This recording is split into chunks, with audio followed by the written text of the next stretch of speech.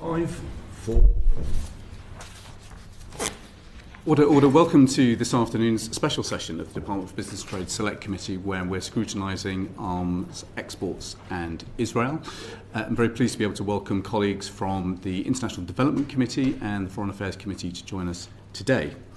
Now, Ministers, I know that you will need no reminding of this, but for the record, you will be aware of the resolution of the House of the 12th of August 1947, which says that the refusal of a witness before a select committee to answer any question which may be put to them as a contempt of the House, and the infraction of the undoubted right of this House to conduct any inquiry which may be necessary in the public interest. I know you will also have tattooed on your minds the Ministerial Code, paragraph 1.3b. Ministers have a duty to Parliament to account and be held to account for the policies, decisions and actions of their departments and agencies, and ministers should be open as possible with Parliament and the public, refusing to provide information only when disclosure would not be in the public interest. And you will know too the court decision in the High Court on the 10th of July 2017, which reads, there is an expectation consistent with democratic values that a person charged with making assessments of this kind, such as decisions on arms export licences, shall be politically responsible for them. So the political accountability in this session is important in the legality of decisions you take. With those introductory words complete, Chris Law is going to open the questions. Thank you, Chair. It's a question for yourself, Minister Mak. What is the current value of UK defence and security exports to Israel? Well, thank you, Mr Law, and thank you, Chairman, to you and your colleagues for convening this session. Both the Deputy Foreign Secretary and I are pleased to be with you today. Apologies that we weren't able to align our diaries for the first offer date. I think after another exchange we were able to agree on today's date, so thank you to you and your colleagues for your time. We're also joined by Kate Joseph, who oversees the work of the Export Control Joint Unit, who will be here for some technical support as well. So thank you. Mr Law, you asked about the value of licences to Israel. So the last year that we have full published data for is 2022. We granted licences for defence exports worth £42 million in relation to Israel. And for wider context, that represents 0.15% of the UK's total defence exports licences and less than 1% of Israel's defence imports. So 42 million is the figure for 2022. By way of sort of wider context, our total exports to Israel on all categories that year was 3.6 billion. So that just gives you a sense of the relatively low scale, low proportion of the total. I can also help you by just providing some slightly more up-to-date figures as well. Can we hear them, please? I can. So for the 12 months to the end of quarter 2 2023, so i.e. to the end of June 2023, 107 defence export licences to Israel were issued, and they were valued at £41 million. So you can see that there is a relatively stable trend of relatively low defence exports to Israel. Indeed, since 2008, when this sort of record keeping began, £41 million per year is around the ballpark average. And I'd also just mention, just for completeness, that whilst we issue licences for certain values, they may not necessarily be taken up because the export may never take place or only take place partially. So I hope that gives you some context, give you a sense of the sort of numbers we're dealing with. Do you have any figures, particularly since October 2023, and can you tell me how many licences are there and how many have been granted since that time? And what's the total value, please? That was since October 2023, since the conflict began. Is that what you're getting at? So let me give you some wider context to this, and then hopefully I may be in a position to help the committee. So on the 13th of June this year, you will know that we are due to publish our next set of quarterly statistics covering the period 1st of July to the 31st of December 2023. So in other words, filling in the last 2 quarters of 2023 where we haven't. I think the concern, Mr Mak, is that we're late on the quarterly stats. They're not 6 monthly stats, they're quarterly stats. Yeah, I'm just coming to that, Chairman, but thank you for raising that. I'm just giving you the context before hopefully providing help to the committee. So on the 13th of June, you will be receiving, as will the public, statistics that cover the period 1 July to 31 December 2023, thereby covering the 2 quarters of 2023 where there are no current statistics in the public domain.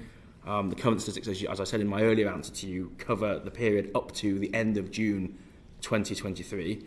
No other country in the world offers the level of transparency and frequency of publication that we do.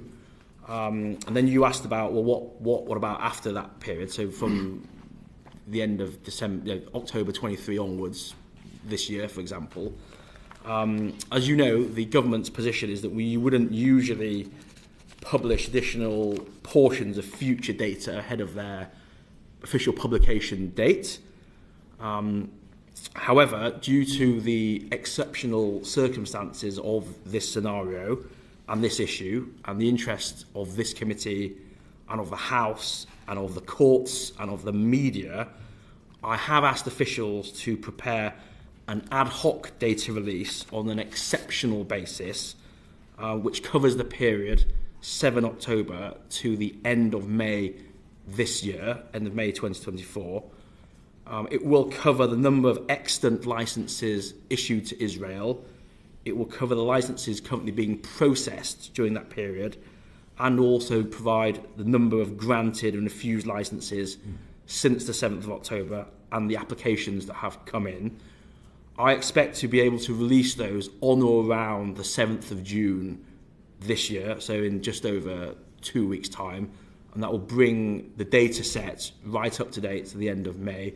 You'll appreciate, Mr. Mak, that that's completely unacceptable to the committee. Exactly. These are quarterly statistics, they're late, you're under a ministerial code obligation to answer in full to this committee, and we are asking you a question which you are empowered to answer.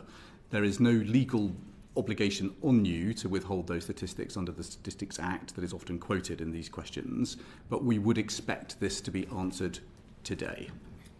Are you referring to the statistics that will be published on the 13th of June or the ad hoc data release? The most recent statistics available to you as a minister.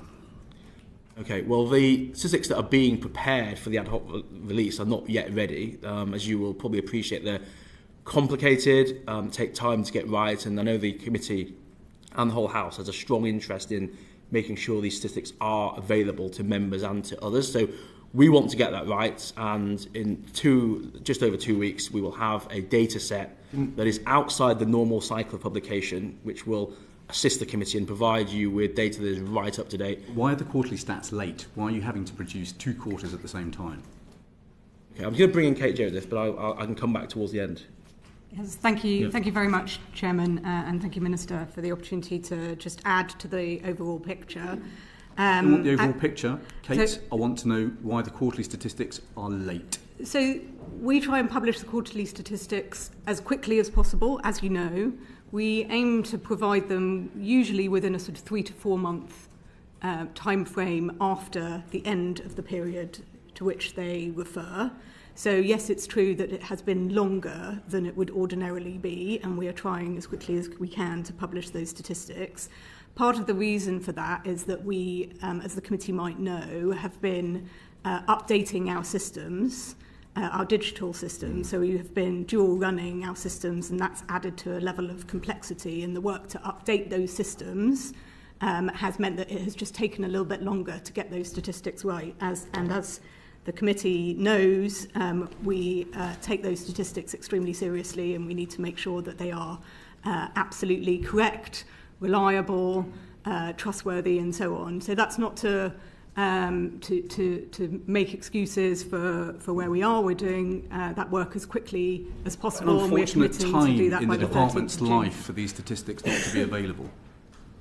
So we'll publish them as soon as we possibly can. We've committed to the 13th of June. That is a little bit longer than we sometimes take, but we don't have a specific obligation for how quickly we publish them after the end of the time period. But a matter of global controversy. The UK's position is under intensive debate here in this Parliament, and you can't supply 2 members of this House stats which should have been published some time ago. I'll defer back to the Minister on some of those points, but first of all, I'd say that, as the Minister referred to, our transparency is considerably higher than a lot of other countries, certainly than most other countries, in terms of what we provide. It's not about other countries. Yeah. If I may continue. This is the standard that this Parliament is seeking to set. So we will publish that data from 2023 on the 13th of June. What we are also doing, in addition, over and above our commitment to publish our data on a quarterly basis, is agreeing to provide to the committee in early June much more up-to-date data on this particular issue on export licences for Israel that will take us up to the end of this month, and that is fairly unprecedented. That's an ad hoc release on exceptional grounds, and as you know, we provided information to the court earlier this year as well. So on the issue of arms export licences to Israel, we do have more up-to-date data than we have in terms of the global picture. We have data up to the end of November 2023. Have you provided to the courts data that is more recent than the data you're providing to Parliament? We provided to the court data that took us up to the end of November 23. That was not the full picture. No, but has that data been provided to Parliament? So that data is now available to the court. What we're proposing to do, and therefore members of the committee may have seen that issue data. For the Minister. Are you telling us, are we hearing this correctly, that data provided to a court has not been provided to this Parliament?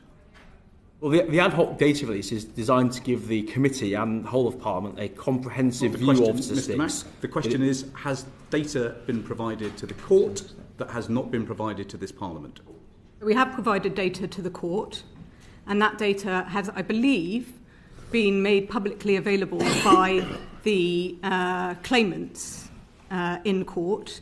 And what we are now doing is providing a further update to that, because that's what happened with the court. If you'll allow me to explain that situation, because the data that we provided to the court was then made public, we are now committing to the committee that we will provide a more up-to-date version of that data that will take us up to the end of May, because of our obligation to Parliament and to the committee to provide that data. As we sit here today, the courts of this land are better informed on the data for arms exports than the Parliament of this land. I think that data is now publicly available. I'm afraid that is a very poor approach to ministerial accountability. Mr. Lord, do you have anything to further? I guess just a comment, and I wonder what the Minister would think about this. Given the answers we've just received, what do you think the wider public and the media are going to make of the suggestions you've just made that you cannot provide evidence to this committee? It's such an important and timely cycle we're in just now. Well, I think the government and don't you think they'll be disappointed? No, I don't think they will. I think they will. We are providing an ad hoc data release that is outside the normal cycle, and will bring the committee and the whole House up to date with the full picture since the conflict started. With respect, Minister Mack, this is since October 2023 we've been supplying licences to arms to export to Israel, and you've not been able to give any answer with respect to that time. At 7 months, you haven't got a single answer to offer this committee. Do you not think the public and journalists who are here today, and all those who've been involved in focusing on this, need to hear some answers and hear them now, not wait till the end of June? Well, I provided you with data around our licences in the period up to 2022. I've also in 2024, going into June 2024. And I'm explaining how we're going to provide the data that covers the conflict. We actually have worked hard at pace to create a data package that will be released on or around the 7th of June, and that will bring the committee and the whole House right up to date. It's much better to do this in a comprehensive way rather than releasing small tranches. I'm going to move us on, but Mr. Mack, you will be aware that in response to my letter of the 4th of April, the Department refused to provide information on the grounds that somehow it was subject to some sub judice problems. Those problems do not exist, of course, because the sub judice waiver covers information to this Parliament. You're now telling us that the courts have more up-to-date information than has been supplied to Parliament, and we are 48 hours ahead of a debate in Parliament on arms export controls to Parliament. I think I speak on behalf of the whole committee when I say we are deeply unimpressed by your ability to provide up-to-date information to this department, and that will obviously have implications for the way this department has to approach its arms scrutiny work over the days and the weeks to come.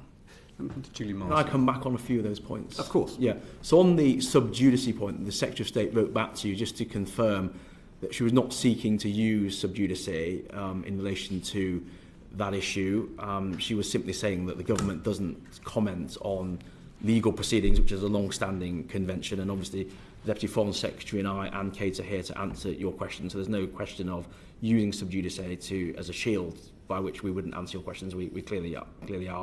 And in respect of the core question that Mr. Law and you've asked about is the government forthcoming, open and transparent about providing data to you? We're very keen to do that. We recognise the interest from your committee in the House and the courts, and we are providing you with a comprehensive, methodical data set as quickly as we can. I would suggest an alternative approach would have been to lay the evidence you gave to the court in the library when you submitted it to the court. Mr. Marsden. Thank you, Chair. Minister Mak, the Minister for the Armed Forces previously claimed that the UK had provided no lethal or military equipment to Israel since the 7th of October 2023. This was subsequently amended to say the UK government has provided. To set the record absolutely straight, has the UK exported lethal military and or security goods to Israel since the 7th of October 2023? Thank you very much. So by way of background, the UK government doesn't sell or ship defence exports to Israel or provide lethal aid directly, unlike, say, the United States, which does do that from a state-to-state perspective. What we do in the UK is we license private companies, some of which you'll be aware of, to export products to Israel. That does include defence exports, but as I said in my opening remarks to Mr. Law, that counts for less than 1% of Israel's defence imports. So in other words, we export a relatively small amount of kit to Israel when you look at it from an import perspective. We have the strategic export licensing criteria, which you'll be familiar with. That is the framework around which we make our decisions, and where licenses conform to those guidelines, and we will allow the export to take place. But just to be very clear, the UK government doesn't sell or manufacture or ship arms to Israel, but we do have a rigorous licensing regime for companies that do that, and it's legitimate that Israel has a right to self-defence. As we all know, it has been attacked horrifically over its history, including in recent times, so it does have a legitimate right to defend itself, but the products that are exported from the UK are done by private companies, not the government. So on that basis, why was that amendment made? Because that actually takes it further away from what you're saying, because the original statement was that the UK provided no military or lethal equipment, but it was amended to say that the UK government has provided no lethal or military equipment, which actually goes the opposite way to your clarification. I'm not aware of what the context of that statement was or why it was made, or what the wider sort of environment in which made, but I can clarify that the UK government doesn't manufacture or sell directly defence products to the Israelis, but we do license private companies to do so. Understood, thank you. Since 2008, the quantity of licences granted for the export of targeting equipment was the third highest after radar and electronic warfare components. A further 15% of the value of every F-35 exported to Israel is also produced in the UK, which Israeli military sources report are being used in Gaza. How confident are you that export categories such as these will not be used to facilitate violations of international humanitarian law? Thank you. So I mentioned that the SELC, as we would call it, the criteria, is the framework by which we would assess exports, including defence exports, to Israel. As I also said, Israel is a long-standing bilateral trade and defence partner. We have a long-standing relationship with Israel, and therefore we do license the export of defence products to them. These range from components for vehicles, some of the products that you mentioned, as well as UAVs, etc., etc. Even though the numbers are small, our relationship is important with Israel, and the Foreign Secretary conducts an assessment, which you will also be aware of, which is evidence-based around Israel's compliance with international humanitarian law, and the test is whether there is a clear risk that anything we export from the UK would be used for a serious violation of international humanitarian law, and the assessment is that that threshold has not been met, and therefore the position remains unchanged, and we continue to support Israel and license exports for defence in a very rigorous, methodical, technical way. So I hope that answers your question. I'm not sure. Can I be very clear? Are you confident that targeting equipment and F-35, the contribution from the UK being part of that, are not being used to facilitate violations of international humanitarian law? Well, our process is evidence-based, including information that goes to the Foreign Secretary and the FCDO, which then feeds into our process. We have a very clear test for what we would license and not license, and therefore, if the threshold is not met, then the licensing will be allowed. So, I am confident. Thank you. Stephen Bottom. Thank you, Chair. Minister Mak, we've just been talking about the F-35 programme. I'll declare an interest. There are hundreds of jobs in Burnley reliant on that programme, and if you look at it, it's one of a number of major aircraft programmes, Typhoon, F-35, now GCAP, reliant on multinational consortia coming together. I wonder, and the Deputy Foreign Secretary might want to share a view on this, I wonder what you think it would do for the UK to take a position on F-35 component exports for the rest of the global consortia we work with, and whether that could then have an impact on other programmes that we work in global relationships with.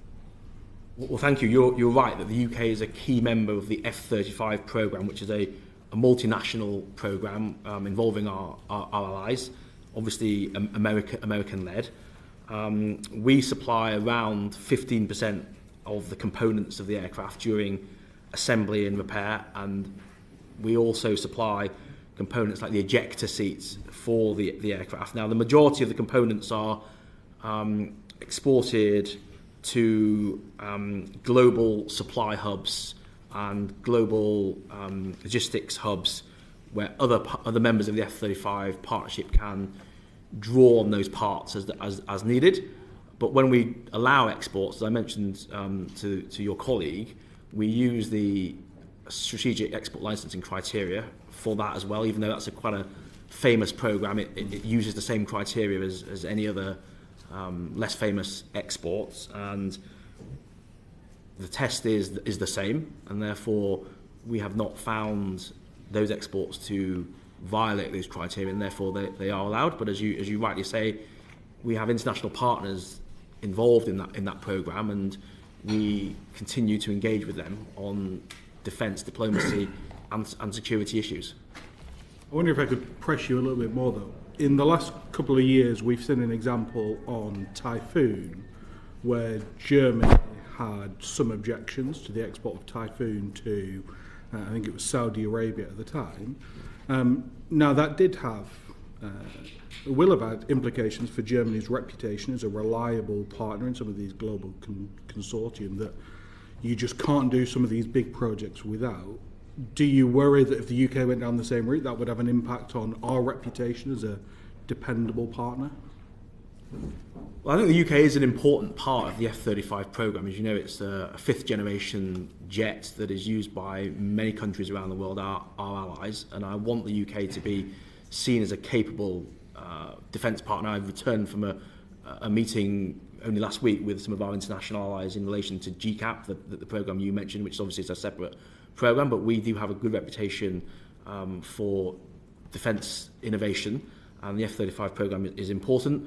I'm not aware that any of our allies involved in the programme at a national government level have chosen to suspend any extant licences to Israel, and the F-35 programme continues, and I want us to maintain our reputation as a reliable partner, but that doesn't prevent us from engaging with our allies on the issues around the Middle East or in any other theatre. We speak frankly to them, as the Deputy Foreign Secretary will tell you, but in terms of the F-35 programme, it remains important. Okay. Yeah. Briefly. On this question? Yep. No, I'm okay. Okay. Can I just check? Was any UK supplied equipment used in the World Convoy attack? We have no evidence that it was. And was any UK sourced equipment used in the lethal attack on medical aid for Palestine in January? You have any? Can I help, Chair? We have not so far been able to identify any UK licences for any components or equipment for use by the IDF with the Hermes 450, which is the drone which is alleged to have been used in relation to the World Central Kitchen strike. And it may be helpful if I just add for the committee that in the last 10 years we've granted a small number of export licences to Israel for both this drone type, that is the Hermes 450, and specially designed components for this drone. However, none of these were for the use of the Israeli Defence Forces. And so, as far as you know, there was no UK sourced equipment used in the lethal attack on medical aid for Palestine in January? As far as I know, that is the case. Okay. Can I just add a quick supplementary? Does that include software that may be used in terms of operations? As far as I know, the answer to that question is no. But, Chair, if I find that there's any remote contribution made, because that's quite a wide question, I will, of course, write to the committee. Thank you very much. Mr McDonald. Thank you, Chair. Before I ask a question, can I just return to Minister Mak? I think in terms of the F-35, basic premise is that we're part of a global consortium and we want to cooperate with that. Are you trying to suggest to the committee that somehow... No, I'll ask you the question. Are the parts identifiable? The ones that will be produced in this country that enter into the programme? Do we know what they are? Are they identifiable? I understand that they are. I mean, this is really a matter for the MOD in terms of its sort of level of components, but I understand that we would know what those were. So if the decision was to impose sanctions and to terminate a licence, that wouldn't be any fetter to your contribution to the programme, because it would be specifically about parts that would be destined for deployment in this conflict. Is that right? Didn't quite get your question. Would you mind repeating it? If a part is identifiable and you know where it's going to be used, then presumably, if you chose to make a decision to terminate an export licence, that wouldn't have an adverse impact upon the consortium that you've referred to. That work would go on unabated. It's just simply that those parts could not be used for deployment in this conflict. Is that not right? Well, I think that we are an important part of the consortium. So I accept that. And you know, our contribution is around 15%, as I said to your colleague. That includes ejector seats and other parts. I must admit that in terms of the other parts, that's more for the MOD rather than for us. But it's not going to fly without an ejector seat. But the evidence suggests, this is an evidence-led assessment, is that the criteria have been met. There is no problem with us being part of the F-35 consortium, and therefore those parts continue to be sent. So it's the overarching assessments that's dominant here, not the parts themselves. Is that what you're saying to me? Well, we have a two-layered assessment. We look at each individual licence on a case-by-case basis, and as I said to Mr Higginbottom, the fact that it's the F-35 and is famous doesn't make it any different to any other component, so we apply the same rigour and methodological rigour to that assessment as we would other parts.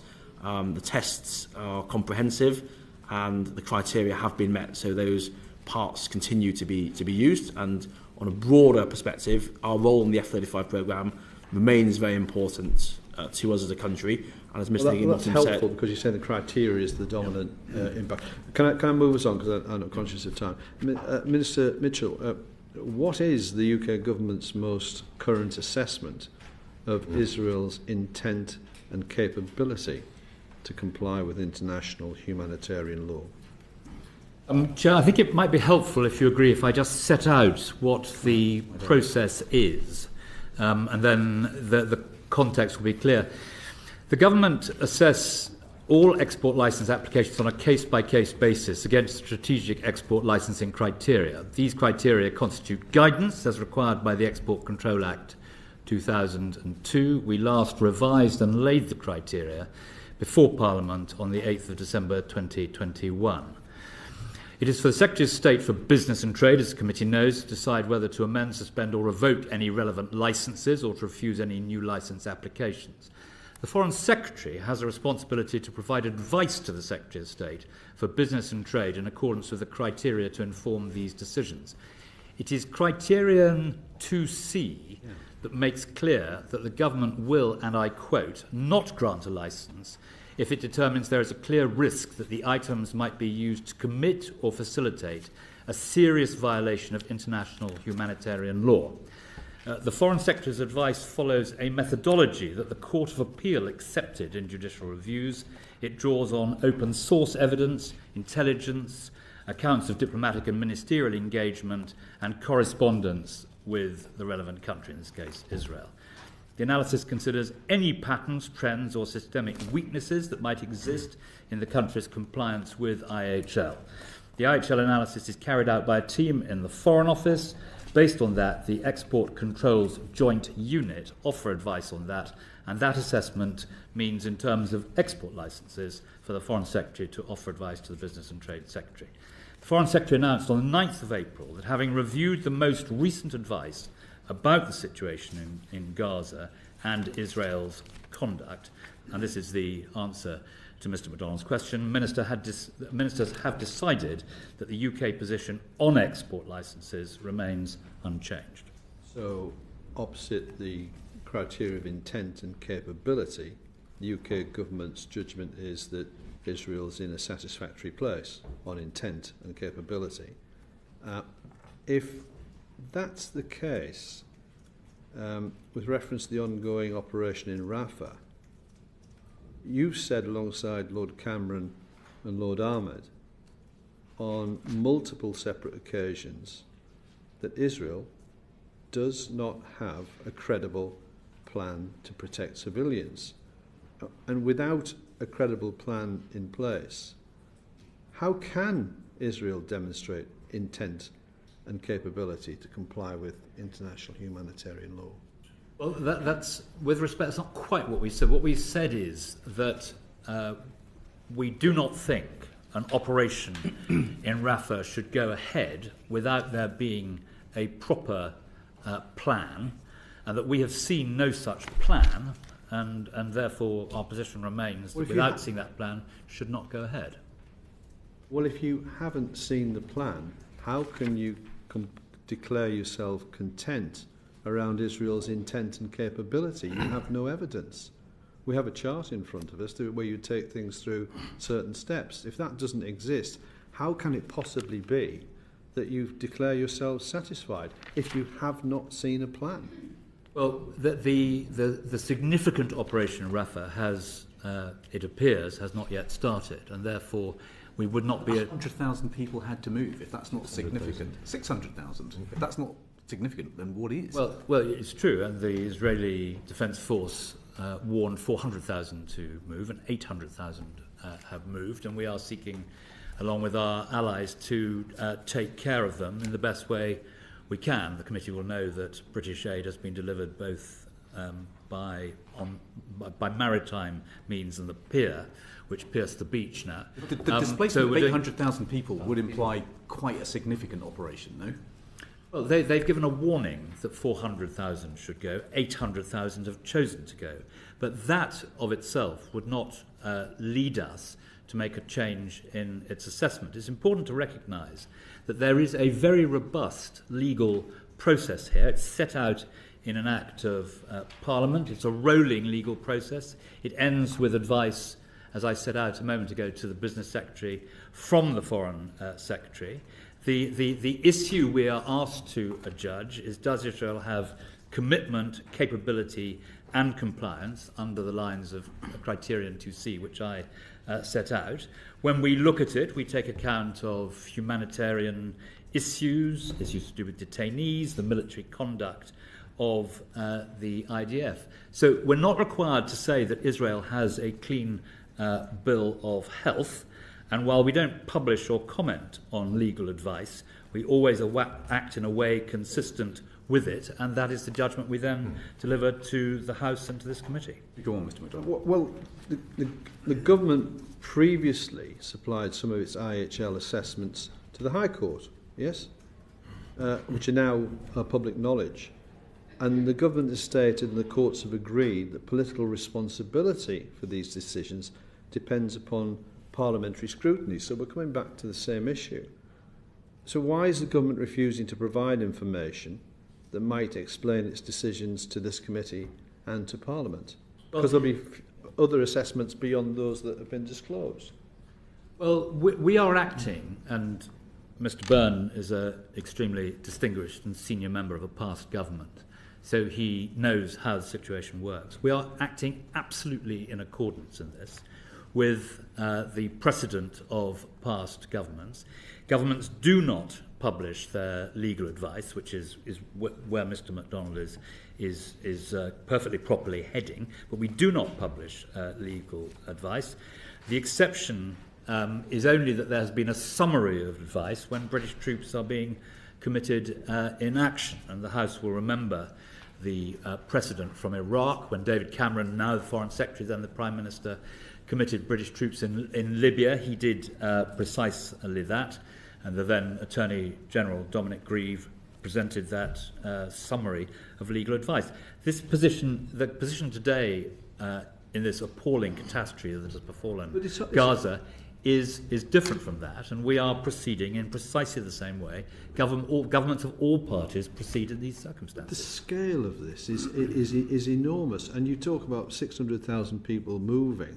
By 800,000, and some have chosen to go. What choice did they have to move? Was this just, I think I want to go and live somewhere else? I mean, isn't that a preposterous suggestion to think that this is a matter of free will to say I'm going to move somewhere else?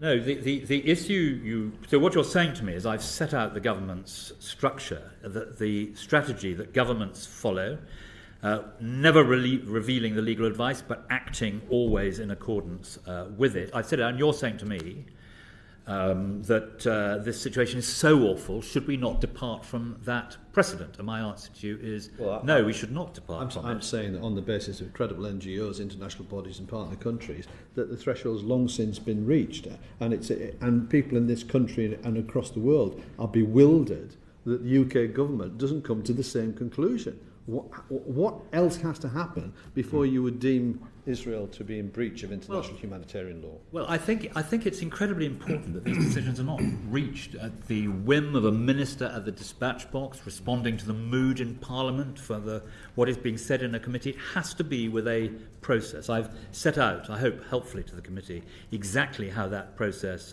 operates. And Mr. MacDonald, I don't think you would expect ministers to operate outside those parameters of any party. And to your point about the 800,000 people who now have decided to move, 400,000 of them want to do so by the IDF. They have moved as a result of the circumstances. On a rolling process, we continue to evaluate all these things, but as of now, there is no change to what the Foreign Secretary set out in April in Washington. Can I just bring a focus back to your judgment as a minister about this point about intent to observe international humanitarian law? So in your introductory answer, you set out, you set out very eloquently to Parliament on a number of occasions, that a judgment about intent to comply is an important component in the way that you come to a judgment. That's quite right. Lord Ahmed said to the Foreign Affairs Committee on the 14th of May, I think Israel is really leaving many of its partners, including ourselves, pretty challenged on where we are currently on the issue of international humanitarian law and how they are fulfilling their obligations. There is no plan. Israel has not shown us a credible plan. You get a leaflet in the morning that says you must move by the afternoon. It's a pretty stark choice. So the question that we've got is on this, and we're going to go through each component in the decision-making framework, and we're going to start with intent. And if we can't see a credible plan to adhere to international humanitarian law in Rafah, we're trying to understand how you've made a judgment that yes, Israel does have the intent to honour international humanitarian law. How can you come to that judgment in the absence of seeing a plan? Well, this is the result of a legal process upon which we do not comment, but we follow the results of the legal advice that we receive. And on the issue of intent, you will know, Chair, that in much the same way as in Britain, we have legal advice in issues of targeting and lawyers embedded in troops which take decisions. The Israeli system is very similar. And so when we judge intent, we take into account a huge range of things. And incidentally, I think I set out the various sources, open source, what various NGOs and so forth say. We take all those things into account. But on intent, which you specifically mentioned, the example I give you about the legal entities being embedded inside the decision-making process, I think is quite an important pointer. So even as you've said, and as Lord Ahmed has said, and as Lord Cameron has said, even in the absence of a credible plan to protect civilians, you have still reached a judgment that Israel has the intent to comply with international humanitarian law. We have no reason. We did our assessment, and the Foreign Secretary announced it in Washington, and that remains the assessment of the government. And was that his assessment, or was that the advice put to him? So he reaches his conclusions on the basis of the advice he receives. He then communicates those to Mr. Mak's Secretary of State, but he receives the government's legal advice, and he acts in accordance with that. And as I've already pointed out, for reasons which are heavily precedented and which you, Chair, will understand, we don't publish that legal advice. You're inviting the committee to believe that even in the absence of a plan to protect civilians in Rafah, and given everything you've said, you're inviting us to believe that you still believe that there is intent to comply with international humanitarian law. The position today is unchanged, and therefore that includes the question you are asking me, since April the 9th, when the Foreign Secretary made his statement in Washington. You believe today, Mr. Mitchell, do you believe, as the Minister, that Israel currently has the intent to comply with international humanitarian law in Rafah? It does not matter, Chair, what I believe. What is important is the legal process which informs that decision. That legal process continues on a rolling basis. The Foreign Secretary will receive the legal advice, and when he receives the legal advice, he will make a judgment. But as he has always confirmed, and as I reconfirm, he acts in accordance with that advice. Exactly. He, as a minister, takes the decision, not the lawyers. And that is why it is important to this committee what you think, as the minister, that will help shape the decision. I'm not the minister who makes the decision. The decision is made by the Foreign Secretary in this process which I have described. And of course, I completely accept that process and accept the decision that the Foreign Secretary makes. And he then communicates that to the Secretary of State for DBT, and she then exercises her judgment in accordance with that. This is a question that we would need to put to Lord Cameron. Well, no, I mean, he'll give you the same answer I suspect that I will be giving you, and that I am giving you. It's his decision. You're saying you support it. Do you agree with him? The question is, does the minister taking the decision believe that Israel has the intent to comply with international humanitarian law in Rafah? And the answer is he would not have made the decision that he did unless he did believe that. So, Hara, did you want to follow up? Yes, thank you, Chair. Do you think it'd be fair to say that any reasonable person tuning into this committee today would say that it's quite obvious that this government are finding political reasons to get the evidence to fit the criteria, because they are desperately, for political reasons, want to continue to sell arms to Israel when the evidence is simply not there? No, Mr. Hara, I would not expect those tuning in to this important committee to reach those conclusions. Indeed, I would hope they would reach the reverse, that ministerial whim, going with the flow of a committee or a feeling in the House on any particular day, is not the right way to reach these decisions. You need to reach the decisions through a very careful process. I've tried to lay out for the committee precisely what that process is. And it's right that ministers should act on the basis of legal advice. That is the basis of the rule of law. We act on the basis of legal advice. We don't publish it, but we act in accordance with it. And bear in mind that, we get judicially reviewed from time to time, and therefore, we have to be absolutely certain that we act in the way I have set out for the committee. Well, let me ask you about the rule of law. Does the UK government regard international humanitarian law as an absolute, or is it a spectrum?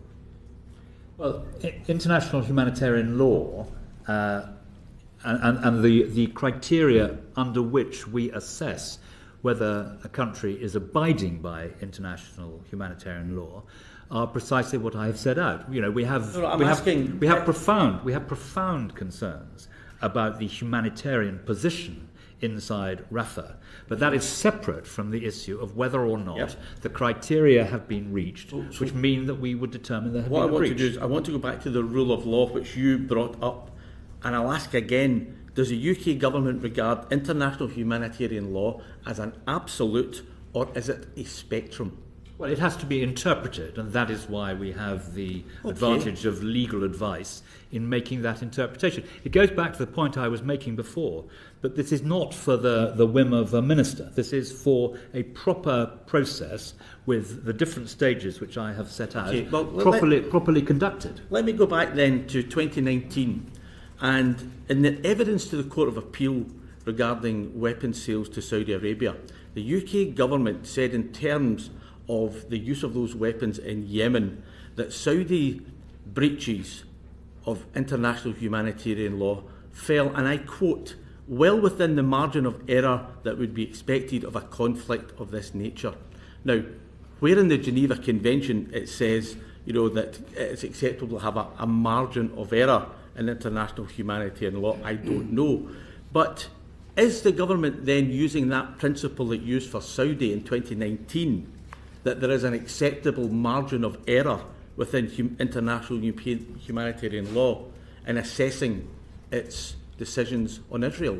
Well, I wasn't privy to those discussions. Yes, but you are here on behalf of the UK government. Well, but also, as you may recall, Mr. O'Hara, I was then profoundly opposed to the government's policy on Yemen. And so I certainly was not involved in the decisions and discussions that were going on then about this. But, I've been very clear. The key question we have to ask ourselves, ministers have to ask ourselves, the duty that the Foreign Secretary has to discharge is, does Israel have commitment, capability and compliance?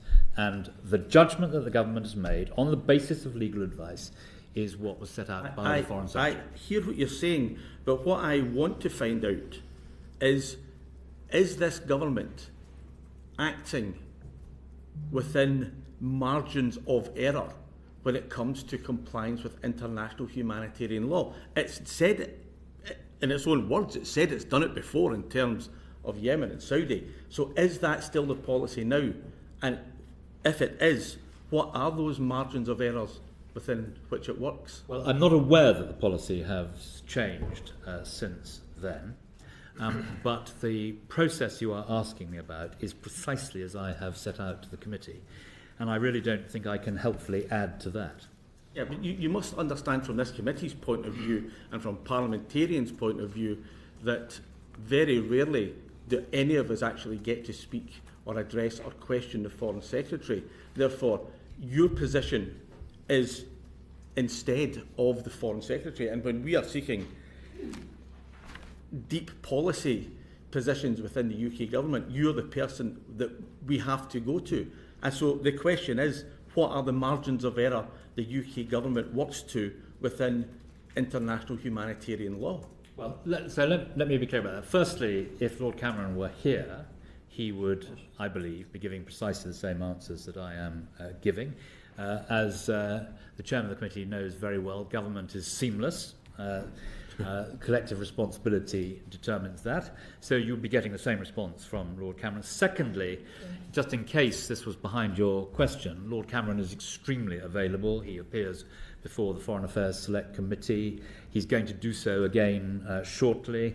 These questions that you are asking me will undoubtedly be asked of him on those occasions, and I think you will get the response. Now, in terms of any lassitude, which is what's behind your question, I've set out the legal process. The legal process makes the proper judgment, and ministers act in accordance with the advice that they are given. And I don't think I can be any more helpful than that, Mr. O'Hara. I fear you're right. You want to move us on, Mr. Law? Thank you, Chair. I've been listening to what you've been saying, Deputy Foreign Secretary, and I know you have to wear two hats because you're also Minister for International Development and Aid on the Ground, and I heard you talk about the profound concerns you have about humanitarian man-made crisis that's in Rafah just now. So I want to bring attention to Rafah, notwithstanding the starvation in northern Gaza. But just going back, Lord Cameron mentioned that the UK will oppose a major operation in Rafah without a clear plan, quote-unquote, to protect civilians. Now, we've already established today that there's no clear plan. I don't know what a major operation looks like, but given that almost half the population has fled for their lives through leaflets that have been dropped over them from the IDF, I wanted to ask, what would your opposition look like, and how will you make sure that arms export licences are being considered as part of the UK's overall response? Well, we are clear, Mr. Law, that we would not support a major operation in Rafah unless there is a very clear plan for how to protect people and save lives. And as I said earlier, Chair, we've not seen that plan, and in these circumstances we would not support a major operation in Rafah. But what he asked me, Mr. Law asked me about the attitude of the British government to what is happening in Rafah. We are doing numerous things. We are trying to get aid in. We press the Israeli government on a daily basis to get more aid in, preferably by road, which is by far the easiest way to help. And on that point, can we ask how long has the Rafah border been closed? Well, the truth is that that effectively nothing has got through Rafah effectively since. Does that say the Israeli government's not since about the listening? 6th of May? But the reason for that is that in order for humanitarian supplies to flow in Rafah, there needs to be a deal between Egypt and Israel. So that is not a point that can be laid exclusively at the feet of Israel. So when Mr. Law asks me what the government is doing, we are seeking to increase the flow in every possible way we can. And because we can't get it in by road, we are using these very expensive and unwieldy airdrops, and also seeking to take stuff over long distances by sea onto a pontoon and then onto the beach. So we're doing. That doesn't sound like a scenario that one should face when working with a country that has intent to comply with international humanitarian law. Well, one would not wish to face it, but this is the position of Israel was that on October the 7th, more Jewish people lost their lives in a pogrom that had not been seen since 1945 and the end of the Holocaust. So that is why the government says, and I repeat extensively in the House of Commons, that Israel has the right of self-defense but must abide within international humanitarian law, which is at the heart of what we're discussing this afternoon. But also, Mr. Byrne, that we need to do everything we can to get to a sustainable ceasefire so that on the day after we can move to a position where there is a serious and proper political process that delivers a two-state solution. And on that point, do you accept that starvation is being used as a weapon of war, given the fact that the UN figures, particularly in northern Gaza, but also across Gaza just now, the numbers of children that are dying from starvation and malnutrition? And you're talking about how much effort you're making to try and get aid in, which I fully accept, but that aid's not been getting in since the war began. I was out in Egypt in February hearing exactly that. In fact, the aid that's getting in now is a lot less than what there was even before the war began, and even then, at that point, at least Gazans, people in Gaza themselves, could supplement their food from what they could grow. That's no longer sustainable. So do you accept then that under the current circumstances, as you said yourself, there are profound concerns of what's going on, and I know I'm asking you to put your minister's hat on here, that starvation could be used as a weapon of war, and that would breach international humanitarian law, and would certainly ask us to reconsider our arms export licences? So you cannot use starvation as a weapon of war and remain within international humanitarian law. So that is clear. But the judgment that is made, and we exercise that judgment on the basis of specific legal advice on these matters, and on the basis of that legal advice we reach our conclusion, and as I have set out, as of today, this is a rolling process, but as of today, the judgment that has been made by the Foreign Secretary is the one that was announced in Washington. Can I just check, is it your assessment that people are dying because of lack of access to aid? Whether or not that was my assessment would not directly affect judgments on international humanitarian law, because the question is upon the issue of compliance and commitment and capability. But we are extremely worried about the position of children and everyone really in Gaza and the rising IPC figures. And that is why we are doing everything we can to make sure that Israel honours the promise it made to flood Gaza with aid and increase back to 500 the number of trucks that are getting in. Well, the Minister for the Middle East has said the facilities in hospitals are dire and people are dying because of a lack of medicine support and basic amenities. Do you share that analysis? Well, I think the position of the hospitals is absolutely terrible, and the Minister for the Middle East, of course, is absolutely right to say that. That is why Britain and others are working with Israel to try and make sure that we get into Gaza the necessary food and medicines and shelter particularly. There were 8,000 shelter kits that were landed from Britain at the weekend, and also why our field hospital there has moved to a place where it can provide more treatment than it could where it was, and has treated thousands and thousands of people. Brendan O'Hara, very briefly. Very, very quickly. Can I ask you the same question I asked Lord Ahmed at the Foreign Affairs Committee last week? That why, in your opinion, are children dying of hunger and malnutrition in an area of the world in which food is plentiful, just 44 miles from Tel Aviv? Why are they dying? Because of the results of the appalling attack on October the 7th. That's not the reason. The extraordinary terrorist attack by Hamas on that day. So the appalling atrocity of October the 7th led to crop failures? Led to what? I mean, what's the direct link between that appalling atrocity and the death of innocent children from hunger 44 miles from Tel Aviv in an area of the world where food is plentiful?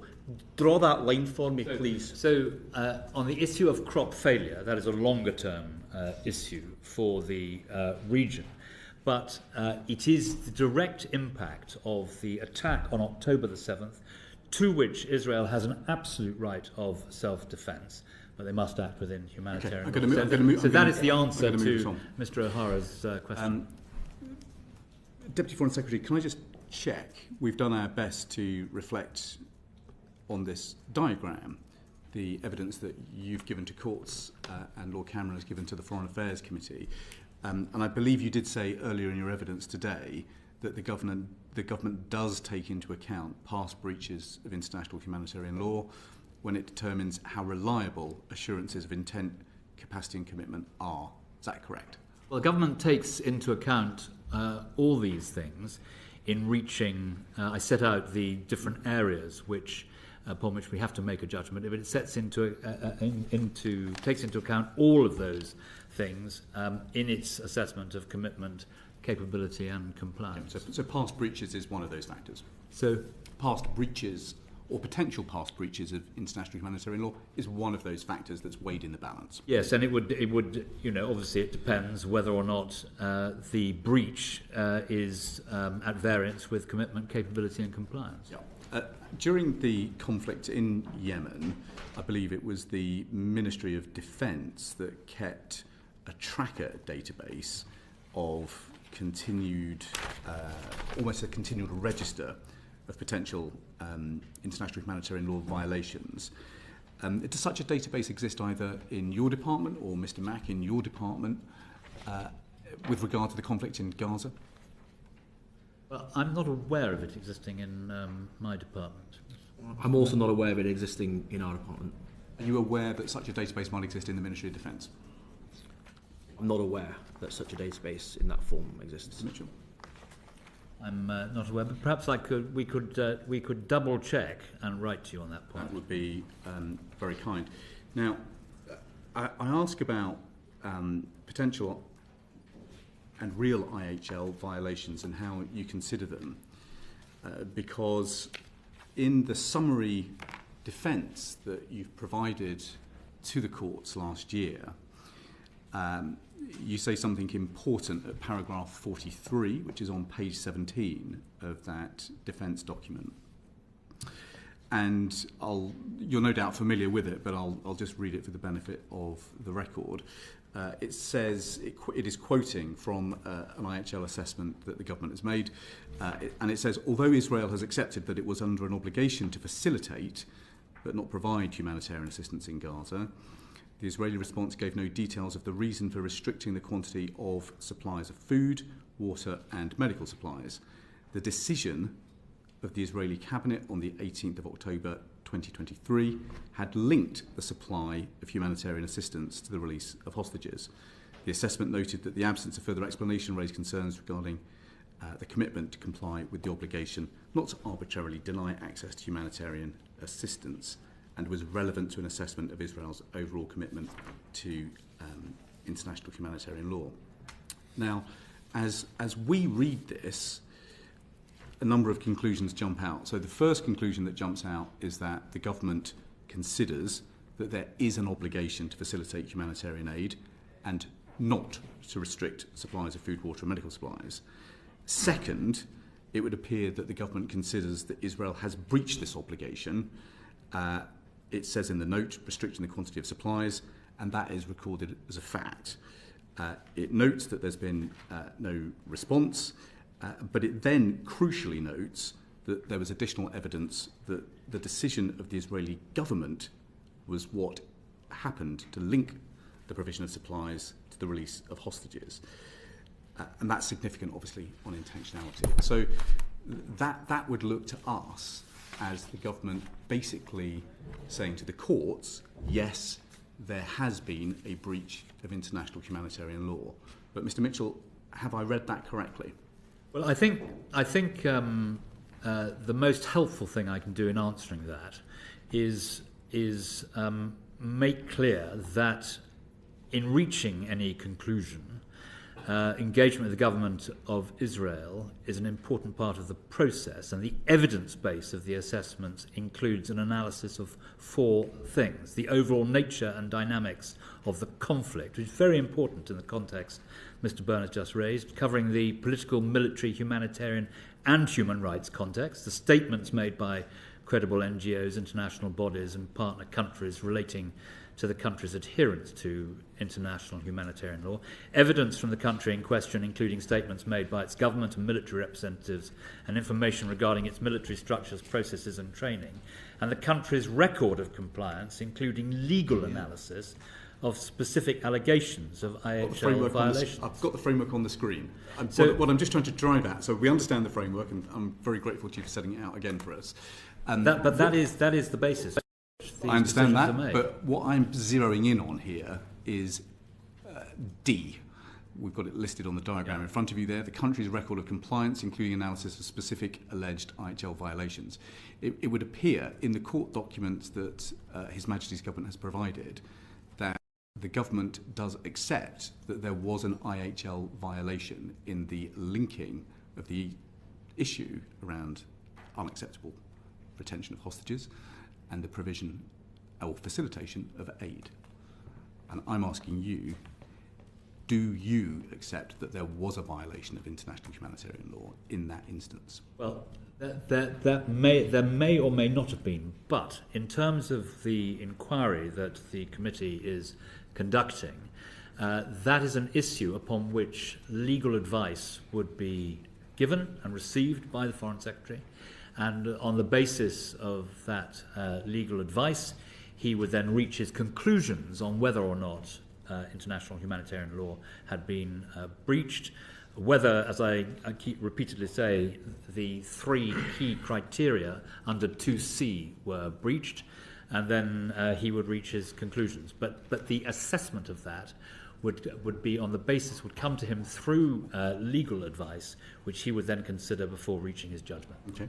Well, you will have no doubt seen the US State Department report to Congress under Section 2 of the National Security Memorandum, and you'll no doubt know that it concluded, and I'm quoting here, "It's reasonable to assess that defence articles covered under NSM 20, which is the act in question, have been used by Israeli security forces since October 7th in instances inconsistent with its IHL obligations or with established best practices for mitigating civilian harm."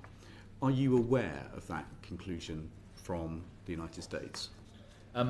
The answer to your question, Mr. Byrne, is that we note what our allies and partners conclude and do on all these matters, but we have our own processes and we stick religiously to those. So although we note what other countries are doing, and I have a long list here of what other countries are doing, it is for ministers, for the Foreign Office and the Department of Business and Trade to follow the Acts of Parliament and the regulations which I have set out in my first answer to Mr. Law, and to act on that basis. And the fact that another country, even be it a very close friend like America, might have a different structure or different conclusions even, is irrelevant. We use our own systems and we reach our own conclusions. I appreciate we use our own systems, but it's not irrelevant, is it? Because in the criteria that you've set out and rehearsed for several times this afternoon, under C, here on the diagram,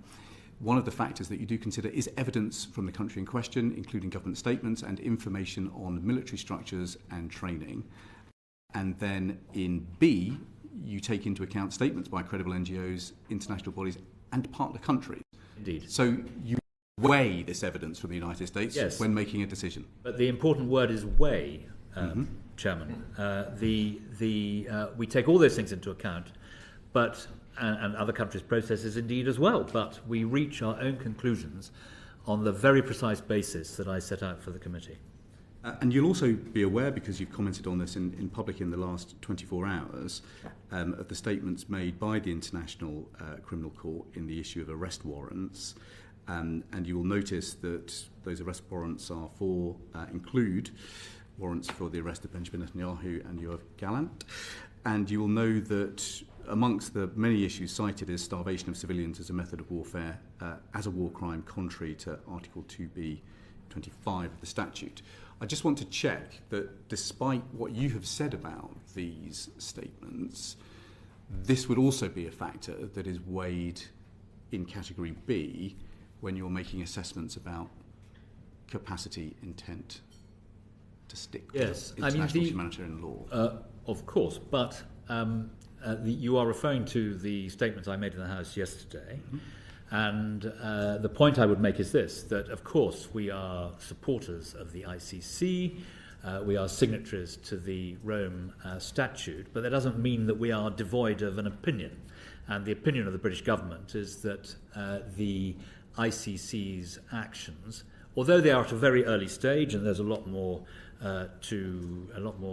water to flow under the bridge, that the ICC's actions are unhelpful if we are trying to get aid in, get the hostages out, get a sustainable ceasefire, and then move on to the day after and a credible plan to resolve this long-standing issue which has poisoned the well of international opinion around the world. So you've very patiently taken us through the judgments that you've made on intent, capacity and commitment to honour international humanitarian law in Israel.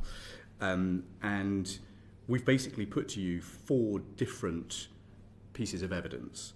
The evidence that you yourself have given the House that there is no credible plan to protect civilians, the evidence that you've given to the court that says there has been an IHL breach, Third, the conclusions reached by the United States that there had been an IHL breach. And fourth, the evidence cited in the ICC arrest warrants. You're inviting us to believe that when you put all four of those factors into an assessment, the conclusion you still reach is that Israel has the intent and capacity to follow international humanitarian law, and therefore arms export licences are still okay. That is precisely the right conclusion, of course. But I want to emphasise that this is on a rolling basis. It's not a static process, and we have an open mind about whether things could change. But you ask me for the judgment of the Foreign Secretary, and I've set out what that judgment is. But it may be helpful if I say that I appreciate very much that the committee is seeking additional information. And it may be helpful in view of the strength of feeling and the level of interest in the IHL assessment process, which the committee has articulated this afternoon.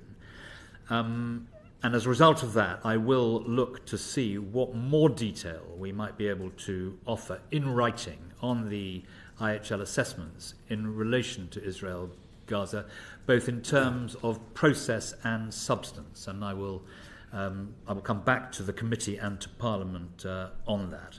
But I just should emphasise that no government has sought to reveal its legal advice.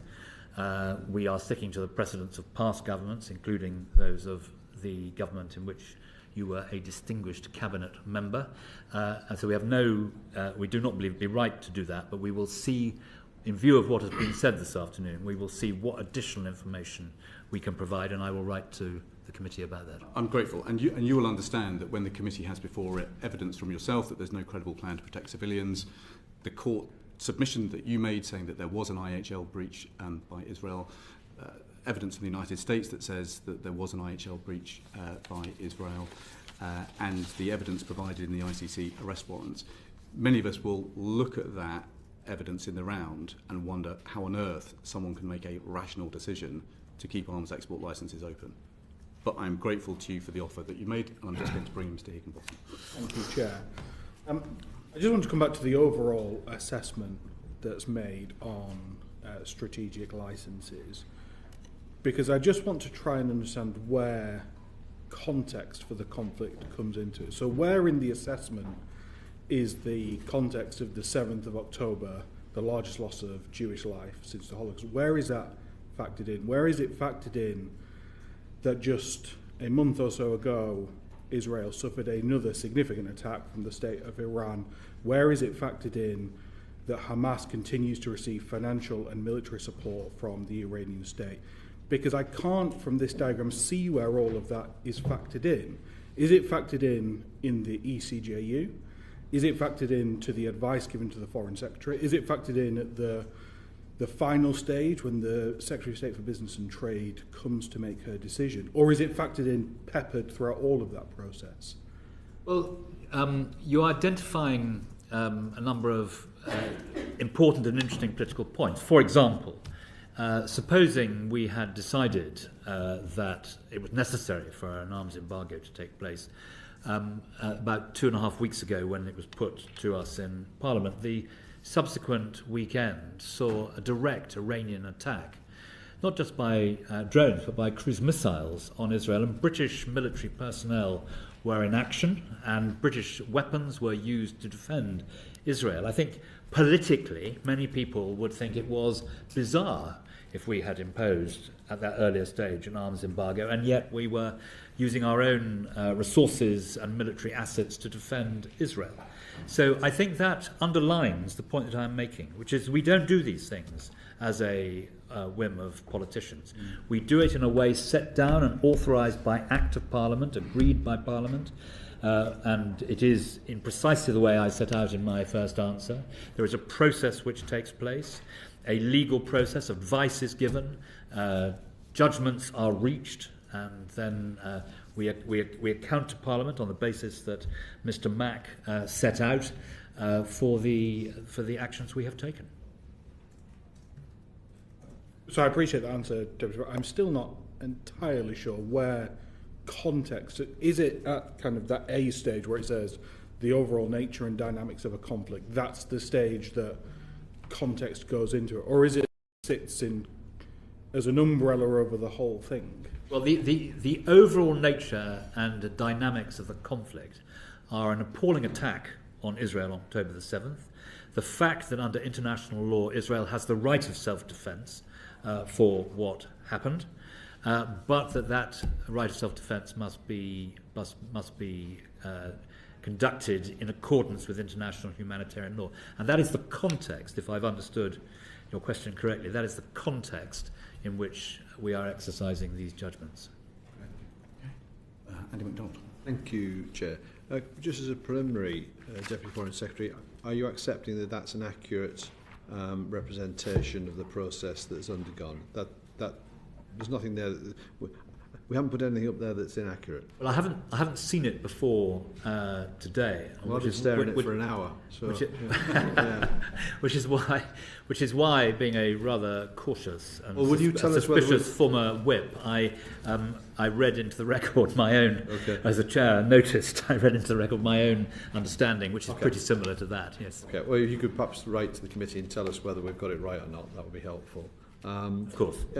Just to return to this issue of the evidence and compliance, because the Foreign Secretary stated on the 12th of December 2003 that he was satisfied there was good evidence to support a judgment that Israel is committed to complying with international humanitarian law.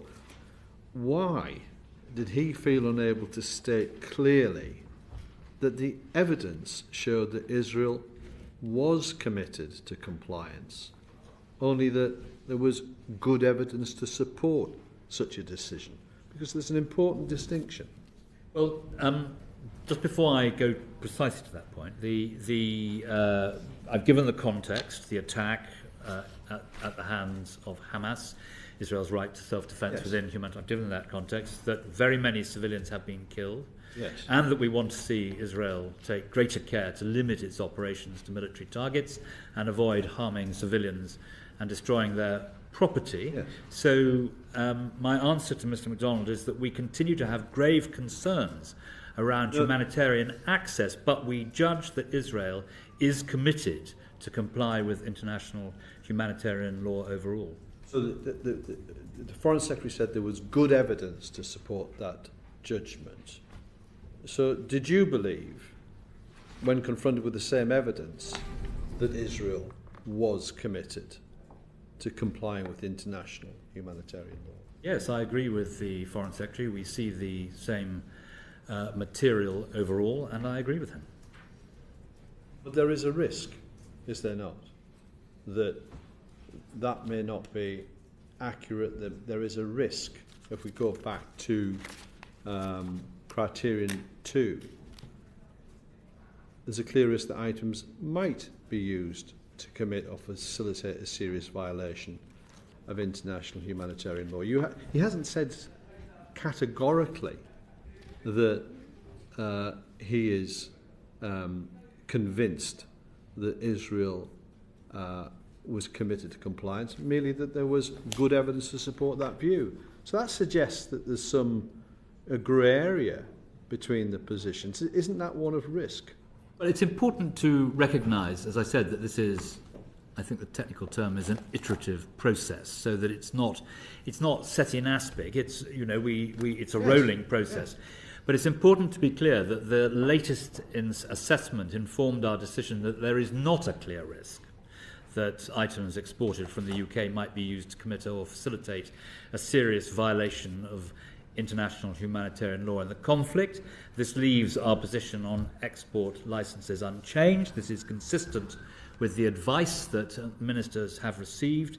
But as I said, naturally we keep the position under review. That is a remarkable position, given what we've just heard, the pronouncements from the ICC, the ICJ, and now the United States of America, who've expressed themselves in the terms that the chair has described.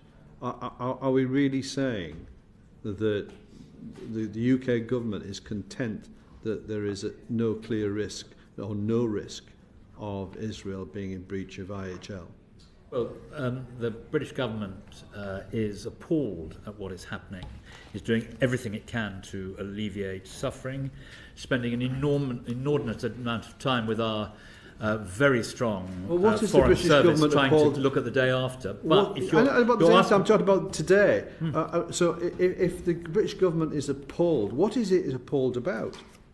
Well, we're appalled at the appalling attack that took place on October the 7th. We're appalled at the situation in Gaza. British ministers have set that out very clearly. But effectively, you're asking me the same question the Chair asked, and my answer to you is precisely the same as my answer to him. Well, it's pretty incomprehensible. But Mr. Mak, given that the only test is whether there's a clear risk of serious violations, why did the Secretary of State for Business and Trade make the decision not to suspend the licences? Well, as you rightly say, the test is very clear in the criteria. In criterion 2C is whether there is a clear risk that items exported from the UK might be used to commit or facilitate serious violations of IHL. She takes advice, as you've heard, from the Deputy Foreign Secretary, from the Foreign Secretary, who himself will have received information from the Foreign Office and the process that you've referred to. So she has regard to those factors and has come to the conclusion that the threshold has not been met, and therefore the position remains unchanged. But as the Deputy Foreign Secretary rightly said, we keep this review under on a rolling basis. We keep all licences under review, and it's not preserved in aspic, and the process is continuous. I just want to check we've got this on the record. It is your view, Mr. Mak, that there is not a clear risk today of a violation of international humanitarian law through keeping open our arms export licences to Israel? Well, I'm not the ultimate decision maker, but what I am aware of is the criteria and the role of the Secretary of State for Business and Trade as the decision maker. She has made that decision, and she's made it for the based on the evidence she's received from the Foreign Secretary. That is the methodical and rigorous process that we have as a government, and it has been followed. Sounds like really both the Foreign Secretary and the Secretary of State. Sorry, Mr. MacDonald, I interrupted you. On that point, Chair, I want to reiterate that the answers that the committee would receive would be the same as the answers today. Great. Well, we'd like the opportunity to...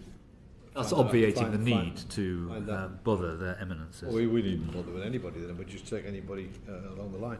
Mr. Lavery, did you want to come in on just very briefly, and following on from Mr. MacDonald, I'm just slightly concerned at the fact that the eminent lawyers which have been advising Karim Khan, the ICC prosecutor, reached the conclusion that Israel were in breach of international law. Well, that's completely different to what the Home Office lawyers have said. The Home Office lawyers have said that they come to the conclusion that Israel weren't in breach of any international law. I'm wondering why would there be such a difference? These lawyers advising Mr. Khan, you've got Lord Justice Fulford, George Theodore Mirren, Baroness Kennedy, Danny Friedman KC, Elizabeth Willowst, Amal Clooney, among many other eminent lawyers. How are they incorrect? And the Home Office lawyers seem to be in the right place. And perhaps a couple of other very minor points. Can you confirm what type of legal training the Home Office lawyers have in this field? And are they actually confident? Are they confident in sitting in the Home Office advising ministers that Israel isn't in breach of international humanitarian law? Well, I'm sure Mr. Mack will want to answer this question, but can I can I have a go? I mean, these are not Home Office lawyers, they are the government's lawyers, and they deliver legal advice. As I've repeatedly said, we never publish that advice, but we act within it, and we act in accordance to it. But presumably you, like me, Mr. Lavery, are not a lawyer. And one of the things I would observe in answer to your question is that 600 lawyers set out one position in the press on one side of this argument. And I certainly went to bed assuming that that was conclusive evidence. And a few days later, 1,000 lawyers set out the precise opposite. And that shows that it is possible to be a lawyer and reach a completely different conclusion to that reached by another lawyer. But equally, the importance of ministers having their own lawyers who give them expert legal advice upon which they act and within which they remain. Well, I fully understand your reply, but how confident, Mr. Mak, how confident, Mr. Mitchell, are you that the government lawyers, not the Home Office lawyers, the government lawyers, are actually confident in themselves that they're given the correct advice in that Israel isn't in breach of international law? Because, listen, I know that we shouldn't believe everything we read in the press, but it's been widely reported that people within the Home Office, government advisors, are deeply, deeply unhappy that they're being asked to advise ministers that Israel is not in breach of international humanitarian law. Well, it may be that Kate Joseph would want to say something on behalf of the civil service about that, because I understand that that is not precisely the position. But if Mr. Lavery is asking me my personal opinion as a minister about the government lawyers and the government legal service, this is my third stint in government so far, and my experience of the government lawyers throughout that time has been absolutely first class. I'm going to move us on, if that's okay, because there's a vote imminent. I'm keen to get just one or two more points on the record. If I may, Chair, can I address this to the Deputy Foreign Secretary? Because Lord Cameron noted in his 15th of April 2024 letter to the Foreign Affairs Committee that he had reviewed the most recent advice about the situation in Gaza on the 8th of April 2024, which informed his decision not to recommend a change to licensing decisions. Can the Deputy Foreign Secretary tell us what was the time period covered by that advice? I think it was up to the end of January. Thank you. Okay. If I may, now the International Court of Justice Provisional Measures Order of the 26th of January 24 stated that there is a real and imminent risk that irreparable prejudice will be caused to the rights found by the court to be plausible, namely the rights of Palestinians. How do you interpret this finding when considering potential clear risk of IHL violations by Israel in Gaza? Yes, this is the point about plausibility, I think, isn't it? Yes. There's been a lot of misunderstanding about what the ICJ decided in its ruling on the provisional measures, and this was helpfully clarified in an interview on the 25th of April by Joan Donoghue, the former president of the ICJ, who presided over the court that handed down the initial provisional measures order in South Africa's case against Israel. And I think it's important I just repeat what she said, which is the court decided that the Palestinians had a plausible right to be protected from genocide and that South Africa had the right to present that claim in the court. It then looked at the facts as well, but it did not decide, and this is something where I, that is she, am correcting what's often said in the media. It didn't decide that the claim of genocide was plausible. It did emphasise in the order that there was a risk of irreparable harm to the Palestinian right to be protected from genocide, but the shorthand that often appears, which is that there's a plausible case of genocide, is not what the court decided. It's useful to get that on the record. I'm going to suspend in a moment. On the current cycle for compliance assessment. I think you've got another compliance assessment due this week, is that correct? I think it is imminent, yes. It is imminent. Thank you very much. Well, look, the committee is grateful to you all for your evidence. We're very disappointed that Parliament is not going to have the facts that are up to date, that have been provided to court available to it, at the debate that we have today, later on Thursday. Many of us will be fairly surprised at the judgments reached, given the framework that you've set out, but the evidence that we've gone through today. But we're grateful to you both for the promise of answering some follow-up questions, which we're going to write to you after this committee with. And I'm very grateful to the Deputy Foreign Secretary for the offer to understand the process of IHL decisions a little bit better. And we look forward to seeing Mr. Mak and the departmental colleagues tomorrow during our visit to the Export Control Unit. But for now, thank you. Sitting is suspended. Division in the House. Order, order. Are we coming back or not? We can all come back.